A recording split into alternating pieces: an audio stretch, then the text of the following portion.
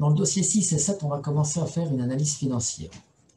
Et ce sera poursuivi après, en deuxième année. Dans le dossier 6, on va faire l'analyse du compte de résultat, c'est-à-dire qu'on va analyser la performance de l'entreprise. On va regarder si l'entreprise réalise des bénéfices ou des pertes, et on va regarder comment ce résultat de l'exercice s'est construit à travers des soldes intermédiaires de gestion.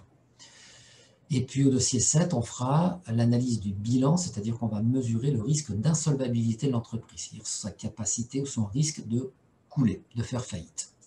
Il y aura une troisième analyse qui sera faite, mais elle sera faite plus tard au S2, c'est l'analyse du risque d'exploitation à travers des outils qu'on appelle le seuil de rentabilité ou le point mort, c'est-à-dire le niveau de chiffre d'affaires critique que je dois réaliser pour couvrir mes charges. Si je ne les réalise pas, je suis en perte. Si je les réalise, je fais des bénéfices. Donc pour l'instant, dans le dossier 6, on va analyser donc la performance de l'entreprise. Et un élément qui est donc extrêmement important, il faut comprendre pour faire cette analyse et ne pas rester, si vous voulez, sur un niveau d'analyse extrêmement bateau. Il faut comprendre qu'un solde, quel que soit le solde intermédiaire de gestion, un solde n'a d'intérêt que dans le temps et dans l'espace. Alors, ça n'a d'intérêt dans le temps, ça signifie que lorsque je dis que j'ai un résultat, une valeur ajoutée, un EBE, un excellent brut d'exploitation, c'est-à-dire en gros une richesse créée, qui est égale à 1000, eh bien, si je me contente simplement de faire ce constat, en fait, j'ai rien dit. J'ai juste dit qu'en gros, on fait 1000 de création de richesse, mais ça ne m'avance pas plus.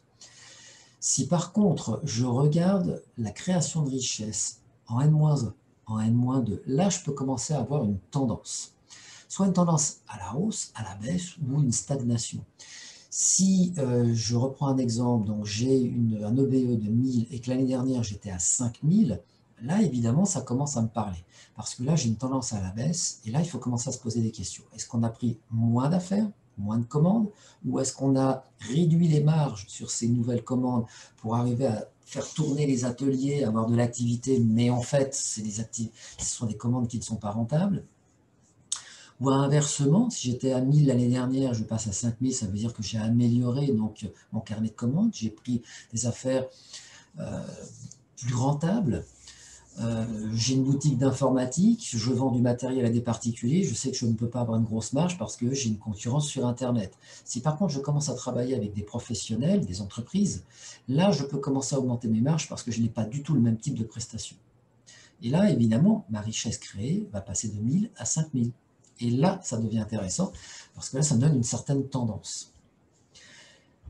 Dans l'espace, lorsque j'ai une boutique d'informatique, je reprends mon cas, ou un boulanger, un fleuriste, un charcutier, eh bien, quand on calcule les soldes intermédiaires de gestion ou une capacité d'autofinancement, on peut comparer mes soldes avec la moyenne du secteur. Je sais, il existe des statistiques payantes, évidemment, sur chaque type de secteur d'activité, les boulangers, les charcutiers et autres. Et donc, quand je dis qu'à un moment donné, j'ai un EBE de 1000, mais que mes autres concurrents, eux, sont à 5000 en moyenne, je vois bien que là, je ne suis pas bon du tout par rapport au secteur.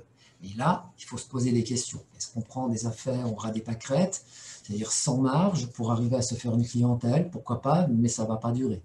Si à l'inverse, je suis 5 fois, 10 fois supérieur à la moyenne du secteur, c'est pareil, c'est intéressant parce que là, on s'aperçoit qu'on est quand même beaucoup plus performant. On peut aussi s'interroger sur cette performance, bien sûr, et là, après, il faut rentrer dans les comptes. Mais ça nous donne une certaine tendance. Et là, à ce moment-là, on reste plus, si vous voulez, sur des généralités au niveau de l'analyse financière, mais là, on peut commencer à rentrer dans le détail. On a des tendances dans le temps, dans l'espace. Ces statistiques sont des statistiques qui sont faites par les centres de gestion, elles sont payantes et elles sont donc par code activité ou par code 9. C'est ce que vous allez faire dans le TD3 du dossier 6, où vous aurez l'analyse d'un fleuriste sur 2 années, donc dans le temps. Vous allez avoir donc des tendances, et puis dans l'espace, puisque vous aurez à disposition donc ces statistiques des centres de gestion pour les fleuristes.